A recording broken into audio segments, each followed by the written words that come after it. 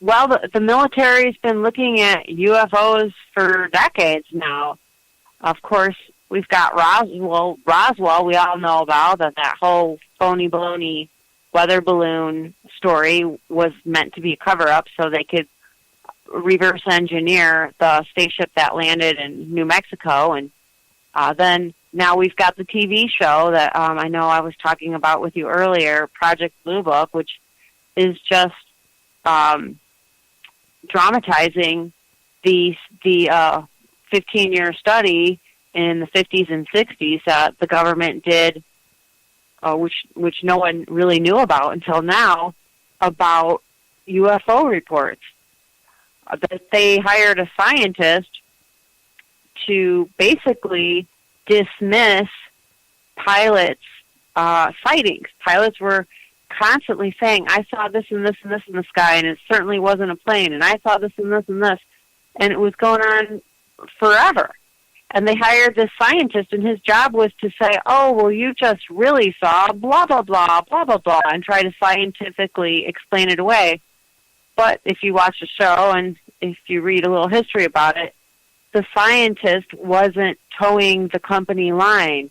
He was starting to believe the pilots more than he was hired to do so. And in response, the government bugs his house, and they're messing with him, and they get him in a plane crash. And, I mean, there's only we're only 2 or 3 episodes into it, and already you can see what lengths the government is going to try to censor the information and try to explain away what little gets out to the public. Well, too, I used to have a friend that I met when I had a computer business. I used to manufacture computers in the 80s. I got to know this guy real well. You remember Republic Airlines? They were a major worldwide, airline called Republic Airlines. And he was a vice president. I don't remember what division of Republic Airlines. But I got to know the guy real well. And he also was a colonel in the Air Force during Vietnam. And he told me one time coming over from, was it Guam? I can't remember where, to drop his load over in North Vietnam, that on the way back, a UFO was off on the side of his wing.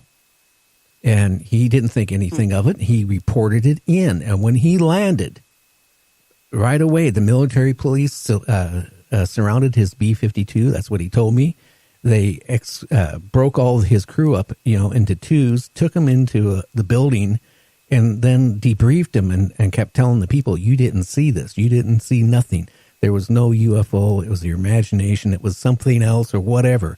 And made him sign a document that, if he ever divulged it, all this stuff could happen to him. And he also told me too, oh boy, I think he was in charge of, all the pilots for Republic Airlines, whatever it was. But he told me that, that if a pilot would report seeing a UFO, that they were immediately, either they lost their certification to fly or they were let go as a pilot. That was it. That was the end of their career. And I know that still goes on. No, that's what this show is exactly about. That I bet you he was part of this whole Project Blue Book. Exactly. Unless they saw things the way they wanted the pilot to see things, they wanted the pilot to believe in some scientific explanation that didn't exist, or they were smart enough to just nod their head and say, "Oh yeah, I must be wrong," or whatever. You're absolutely right. Oh, yeah. They lost their job or worse. Yeah, he said that UFO, when we talked about it, because I thought that was really intriguing. And this is a long time ago when we talked about this. And, he said it just kind of followed him for 10, 15 minutes off his wing. And then when it took off, it was instantly gone. I don't think we have anything. And like he said, we don't have anything. It could have done what that did.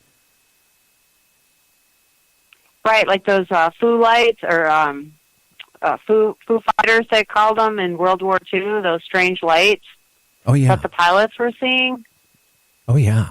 And they never, in Germany, they never found anything that Germany had that remotely was like was like that. So what could have it been? I think we were being visited. I think they were very curious what we were doing, and and watching us, and maybe even documenting us. Who knows what was going on? But it scares me again when people are so naive, and and say, well, aliens and UFOs can't exist.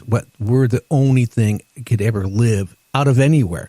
Now, come on, we're babies in the whole universe. I mean, we really are. And certainly there might be even people younger than us out there, but there's certainly races and species of whatever out there. We're so more advanced. We're nothing more than an ant. Right. And we are getting smarter, not just as people though, but with our technology. And I truly believe that these aliens are waiting for that moment where we achieve a certain level of maybe never be as smart as them, but at least we could hold a candle somewhat to their intelligence, and then that's when they'll show all of us who they really are. Of course, on the other hand, Dina, they could actually come here ahead of time and basically rule us and treat us like slaves. Right. It makes me wonder, because as you know, I'm also a New World Order conspiracy theorist, and it makes me wonder, are they waiting for us to be a one world government, so we have one leader, one government, all of that, so we can be invited into the galaxy's version of the UN? I mean, I've got a lot of theories on all of this, because it does seem like they're waiting for the right moment. Well, I just, it astounds me from the information I had, like in North Carolina, that aliens are supposedly working in an underground base with our military, giving us technology. But again, from the sources I hear, that these aliens are not the friendly, fuzzy ones. Again, they're cannibals. They really like abducting humans because they like the way we taste. Now, I don't know how true that is, but the person that told me this, I trust that person like you wouldn't believe. The information she got it from somebody who has one of the highest clearances you could have in our government that leaked that information to her. So I don't know. It makes me wonder what is going on that they're not divulging to the people. Would our government sacrifice humans for technology? What do you think? Huh. Heck yeah. Thank you. I'm glad you said that. Yeah, I'm glad you said that. I mean, our government is not going to exist pretty soon. I think you and I know that. This whole thing, it's collapsing around us left and right. And I don't blame Trump at all for this. I think he's the last bastion of strength that we have in trying to keep it a nation. But no, we're not going to be government for much longer. So, yes, would people sacrifice each other for information? Of course. Would people sacrifice each other for power? Yeah. They do it all the time. Yeah. Our entire world is becoming just so selfish. Maybe that's the point. Maybe this is all an engineering experiment by the aliens to see what we would do. I mean, we don't really know. Well, right now, our political system, I'm only 67 years old, but I have never seen it so screwed up as it is right now. Now, I will be honest with you. I was a Trump supporter. I really was, and I voted for Trump. But since then, I come to the conclusion that it doesn't matter who you have as president, who you have in Congress, who you have in the Senate. They're not working for the people anymore. And what's going on right now is a bunch of little kids in the schoolyard, putting rants and raves on and not accomplishing anything for us. They don't care about us as an individual anymore. Otherwise, we wouldn't have gone and closed the government for 29 days, put people out, and then you get some of these government people saying, well, It's okay. They need a sacrifice. No, we don't need a sacrifice. Well, no one. The only person that paid was the little guy who was laid off for a month and had to go into work for free until he got paid. And I mean, I don't really understand that tactic at all. I'm not quite sure why he chose that path, and I'm not quite sure why the Democrats. I mean, that didn't hurt anybody. I mean, if you're going to shut down the government, shut down the congressmen and the senators' salaries. That would be the first one. Make them pay. What does an TSA guy have to do with it? I don't know. I guess I don't get it. I don't understand it. And then all of a sudden, while all this stuff is going on, and you have to admit, for the almost past year, the stuff leaking out about UFOs and aliens coming from the government, it's been really strange. Everything from, a year ago, the Secretary of the Air Force telling the cadets, graduating cadets, that, hey, the next world war won't be a world war. It'll be a war out in space. That's what he's telling them.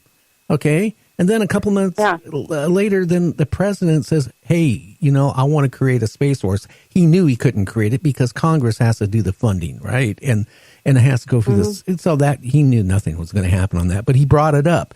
And then all this little stuff now is like the TV show, Blue Book. And then you have all this stuff all of a sudden now it's starting to hit the fan where, like in the news about what the government's been doing and not letting anybody know for years, spending millions and billions of dollars on, trying to, whatever they're trying to prove, like remote viewing, UFOs, wormholes, can we travel through wormholes? Yeah. All this stuff. And it's really puzzling. All this stuff is now all of a sudden coming out. Then a few days ago out from British Columbia, a guy is very well known in the UFO field, is supposed to have a smoking gun to name people. That, aliens are among us, that UFOs are real, that the government's been hiding it from us. Then he mentions that, and all of a sudden Fox News and all the other news people which normally don't even talk about UFOs. All of a sudden in the last 4 or 5 days, everybody's been talking about it like mad. Yeah, I know. I was telling you before the show, Tucker Carlson, which I watch pretty regularly, had Nick Pope from Ancient Aliens on, and that's about the third time I've seen Nick Pope on a regular news show as a legitimate alien UFO expert. So they're starting to cross over these once deemed crackpots and putting them into respectable positions as experts on the news. So you're right, there is definitely a shift. And I think that, what do they call it? The Drake equation or something. They even have a name for it. They had a whole operation, the government called it the Drake equation, that had a whole, who knows how much this cost our taxpayers, to figure out if there are other civilizations in the Milky Way with broadcasting symbols. Or signals, excuse me. Well, Dina, just in the news today, that they actually, it was an article about they want to start taking it serious now and looking for alien, broadcasts, sounds from space. They really, what they said wasn't really taking it serious. Now, all of a sudden, they want to really devote a lot of money into it and go out and try to find the stuff. Well, that's well and good, but we're $21.5 trillion in debt. Without spending anything, we're still going to be charging up massively due to the interest. So, I guess whenever I hear, "Oh, we're going to do this, we're going to do that," well, where's the money? I guess I just don't understand it. The number one reason why empires collapse is because of money, and we could not charge a thing. We could not run up a tab, and we'd still, with the interest on that debt, be getting